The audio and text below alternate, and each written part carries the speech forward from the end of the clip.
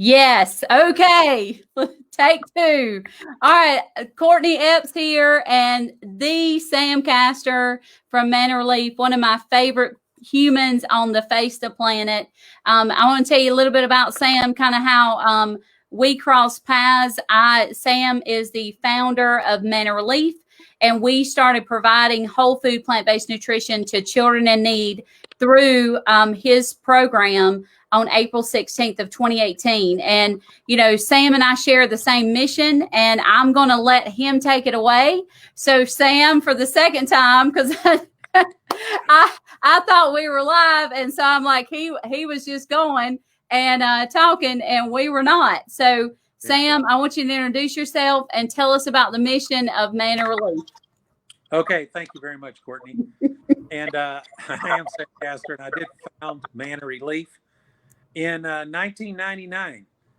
It came as a result of a business that I was in, and I had connected with a pharmaceutical company in Dallas that had discovered the biologically active molecule in the aloe vera plant that caused the unprecedented immune response that aloe had earned the reputation for doing for centuries.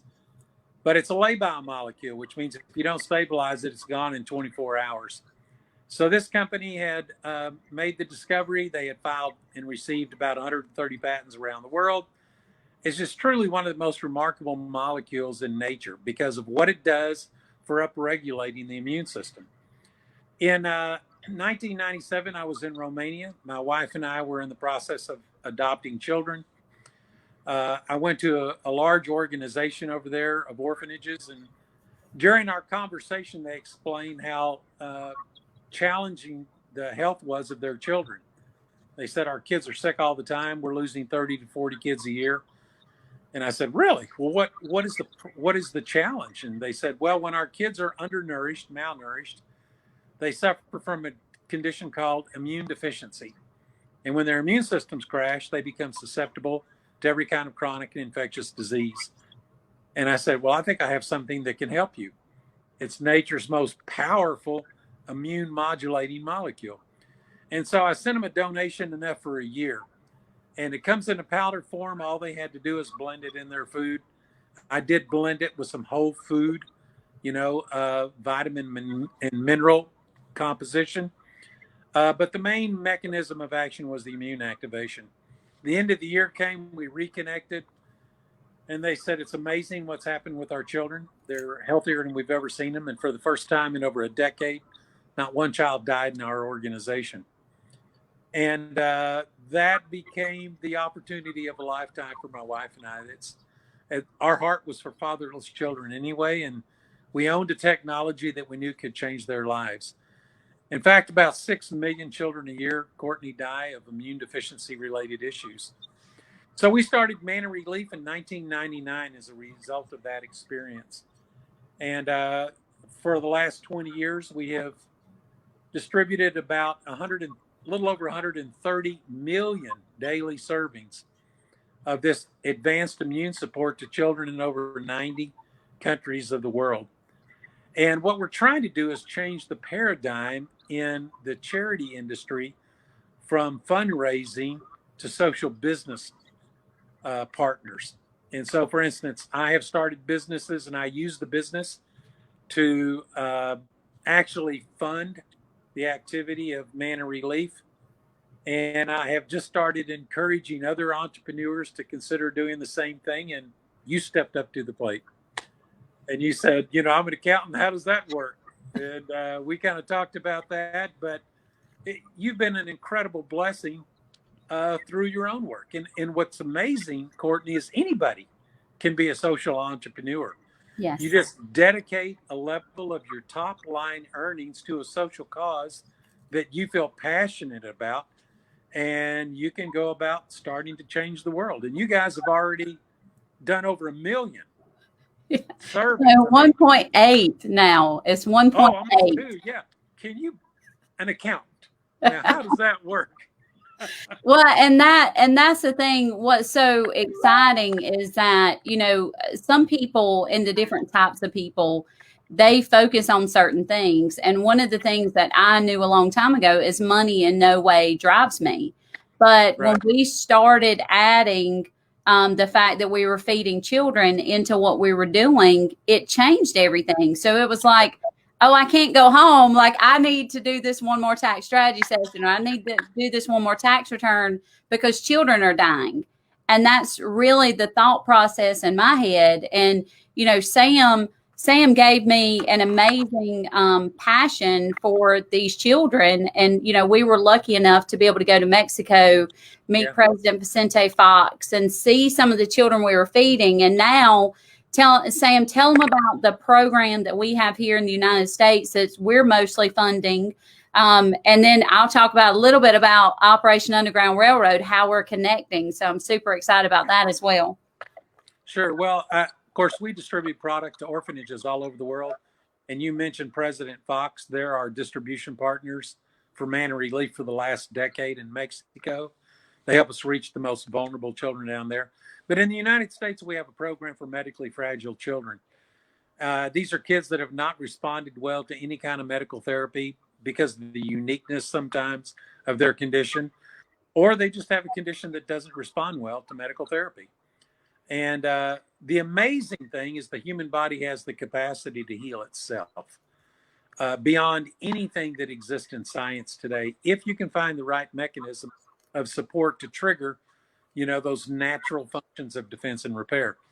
And so you're funding that program. And we have kids that come in all the time. These are kids with inoperable brain tumors. These are kids with gene-mediated disorders like cystic fibrosis. These are kids with sometimes birth defects. These are kids that have been in accidents and maybe have brain trauma. It really doesn't matter what the issue is. We have a huge impact on their quality of life. Not every one of them live. Not every one of them, recover because sometimes we get them at the very end. But what we do with every single child is what time they have left on earth, we improve their quality of life dramatically. And mixed in with all that, we see the miracles, kids that actually do recover from things that nobody had any idea was possible. So you're a main funder into that program, and that's exciting. Yes. And so something super exciting. I started also, you can never outgive God, so, we just decided to start giving, and I fell in love with it. And I found another nonprofit that I really love and wanted to connect. And I felt led that we were supposed to feed all the children through Operation Underground Railroad. And Operation Underground Railroad they dedicate their life to sex trafficking, to help children get out of sex trafficking. And so Sam and I had a conversation last week, and we are starting first and foremost in Ghana and Uganda, and we're starting to feed these children, but we're not just feeding them. Like, I think, Sam, one of the biggest things that most people don't understand is nonprofits typically provide synthetic products. And so that's not what we're providing to these children. We're literally helping them, malnourished children, get better. And so if you could talk a little bit just about that and understanding. Fortunately, not-for-profits, typically they're in the food business, have to deal with the cheapest commodity-based food ingredients, rice, beans, things like that. If they are trying to nourish, it's usually the least expensive synthetically made vitamins. And that's what you do if you're in the charity business, because what you're trying to do is you're trying to stretch every penny as far as you can make it go. With us, we just took on the mantra that we're going to provide the best, not the worst, but the best. It does cost more, but through social business, it's irrelevant. We all go to work, we do our work, and we fund the activity of meeting the needs of these children. In the areas of the world where these kids are being rescued from sex trafficking, I'm telling you, these kids are exposed to all kinds of infectious diseases. And to support their body's ability to recovery is part of the recovery process. There's a lot of emotional trauma that has to be overcome, but there's a lot of physical trauma that comes with being in those environments. And so that's the part that we play. We provide the most advanced technology for getting these kids health back in alignment so they can lead productive lives. And so that's what we do. I love it. So I'm gonna just ask a couple questions, just things I want people to know, and things that I've been able to learn and understand through, the last, I would say the last 5 years of knowing Sam. Sam, how did you come across, most nonprofits are just typically focused on fundraising. How did you come across the social giving aspect, and explain how that works and how other people can be a part of social giving? Did I lose him? I may have lost Sam. Sam is going to come back. I know it. So I'll share a couple things while Sam is gone. Guys, one of the things that has been amazing, and the reason why I want to talk about this is I always link, if everyone knows, I link everything back to tax deductions. And one of the things that I know that's going to happen with this whole situation, with the economy and everything crashing right now, is that nonprofits are going to get hit really hard. And it's one of my focuses is to help nonprofits continue to get funded and help you guys understand how you can actually continue to give and it be 100% tax deductible. And so I think I got Sam back, so I'm gonna add him back into the stream. It's all good. I was carrying on. I was telling them how massive of a tax deduction being able to give from a gross income level from their business is, instead of giving from a net profit. And that becomes a stream of a tax deduction for you guys, so we can help do this social giving. So Sam, take it away on how you figured out social giving, how you are different than most nonprofits. Instead of going out and fundraising, you're actually creating your own income, and how other businesses can do the same thing. Well, what I did is I started a business that sells the very same product that I'm donating to children, which is advanced immune support. And I do it in capsules, but I also do it in lollipops. So I put this advanced ace manning technology into like a sucker. It's called a Hope Pop. And it's a buy one, give one. Every time you take one and it enhance your immune system, we get to do the same thing for a child in need. And I discovered that in 2008 when I had built my donor base up to, which had taken me a decade to do, to feeding about 70,000 children a day. Then the economy took a drop and I lost 60% of my donor base in a month. And, all of a sudden I have to turn off the distribution to about 40,000 children. And I just said, that's it. There's got to be a better way for more sustainable impact. And actually, it was President Fox that introduced me to social business. He hosted the first international symposium on social entrepreneurship. And I went down to that event and learned this entirely new way of doing business, which is the buy one, give one model, or top line giving, so that you can allocate your business not only to serving the needs of your customers, but serving the needs of the world.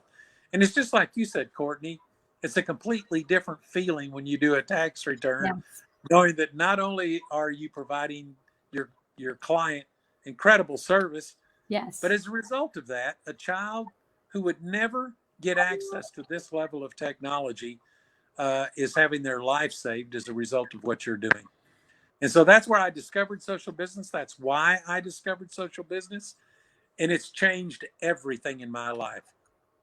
So now I get up every morning. I can't wait to find another way of getting into the marketplace, to leverage the power of the marketplace instead of charitable giving, to create sustainable solutions for problems as big as childhood malnutrition.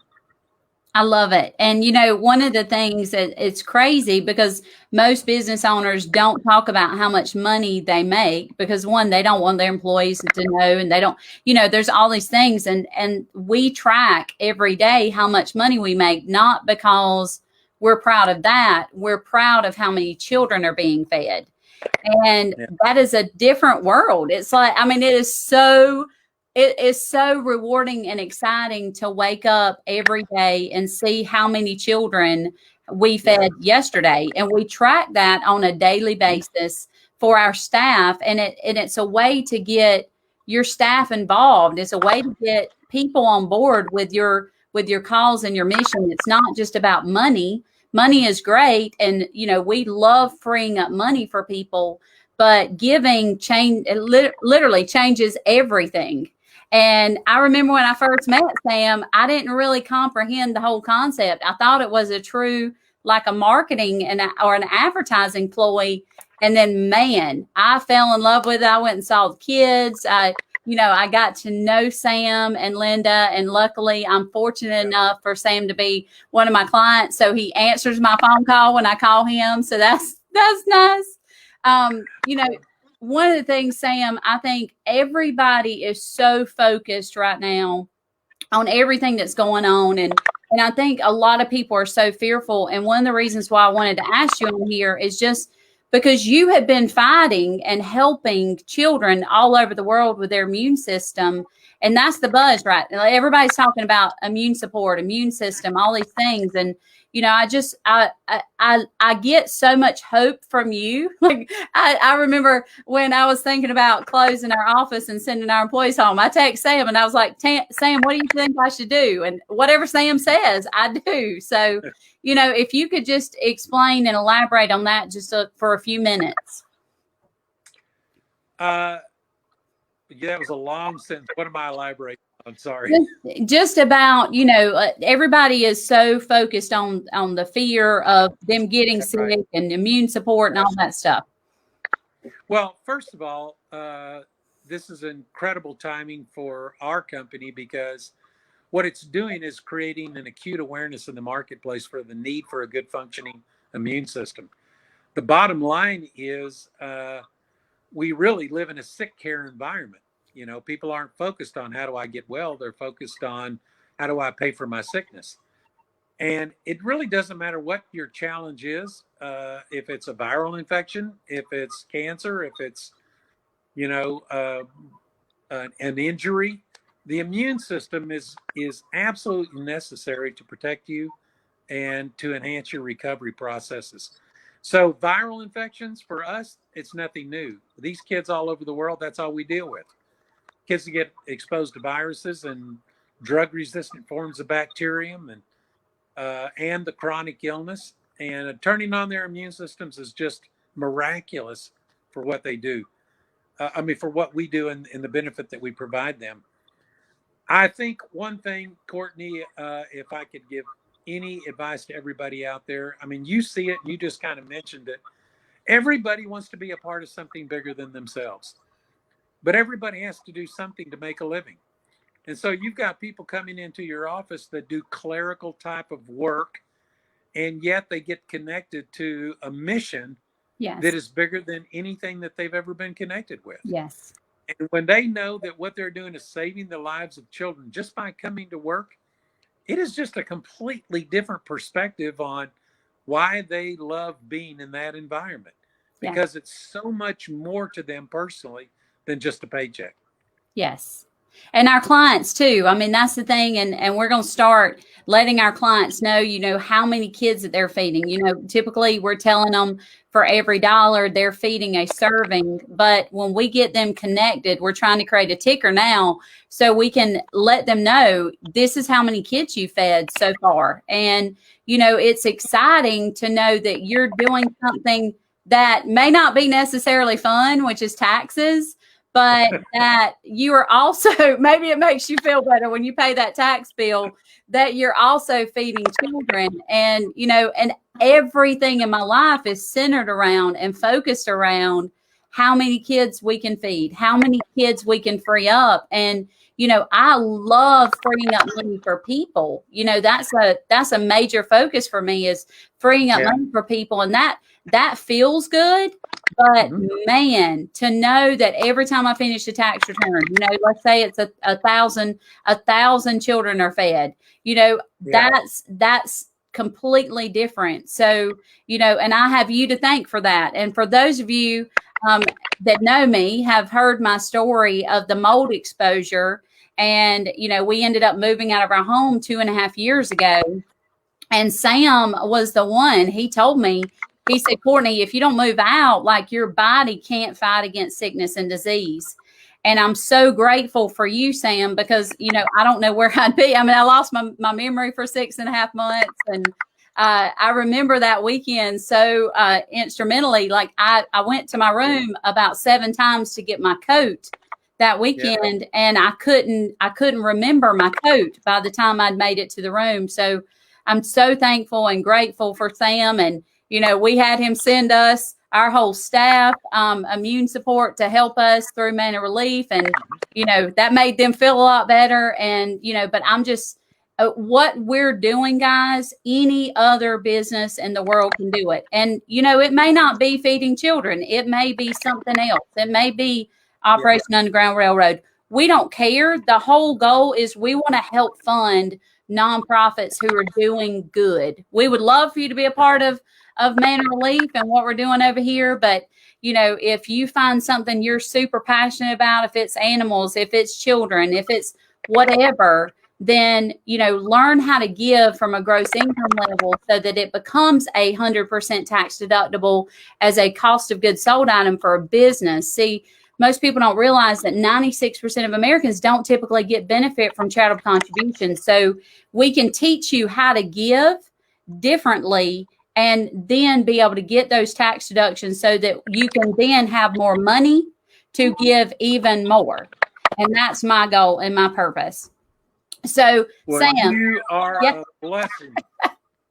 Sam, you are. I don't know what in the world I'd do without Sam Castor in my life. Now, one more question. One of the things that I know that you bring up and we talk about, me and Sam actually wrote chapter 12 of my book, which is so awesome. And I will post the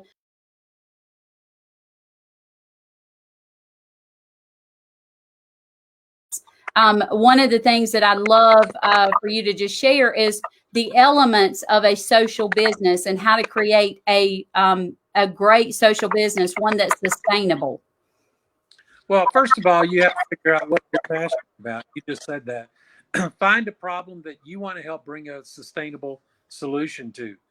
And then find a way to economically drive that through your business.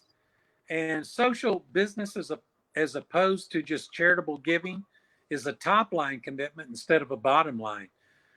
Because then everybody you're connected with, whether they're your clients, your customer base, or your employees, know that every time something happens, you know, it generates or triggers a donation to whatever your cause is.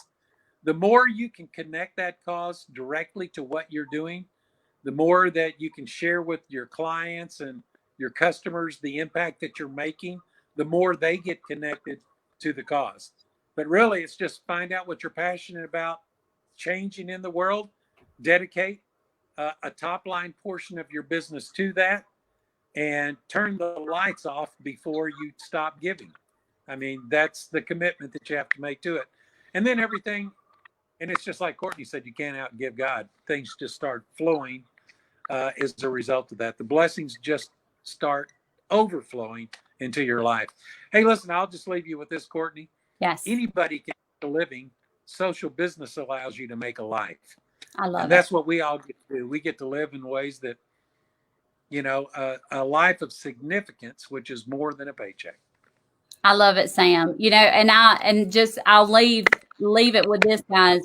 I remember when we gave Sam the first check and we didn't have the money in our bank account, and I was hoping that he wouldn't cash the check. And it was for about 15,000 servings, and that was April that was the month of April 2018. And you know, it was scary. And the next week, we got a phone call from the IRS. We'd been waiting for 3.5 years to deal with an audit. And 3.5 years later, they sent us a check for $25,000. And I'm like, this is crazy.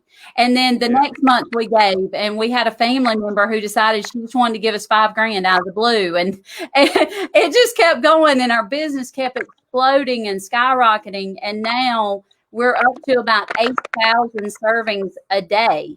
And That's insane, because we were at 15,000 in a month, and now we're at 8,000 a day. And guys, it's a different feeling. So I love you, Sam. I appreciate you taking the time and effort to get on here, especially your first time on StreamYard. And I look forward to letting people know about you in the future. And you can find out information. I have tagged the website that you can access Sam as well. If you want to know more information about it, I will be happy to help you set up your social giving. So I thank you so much.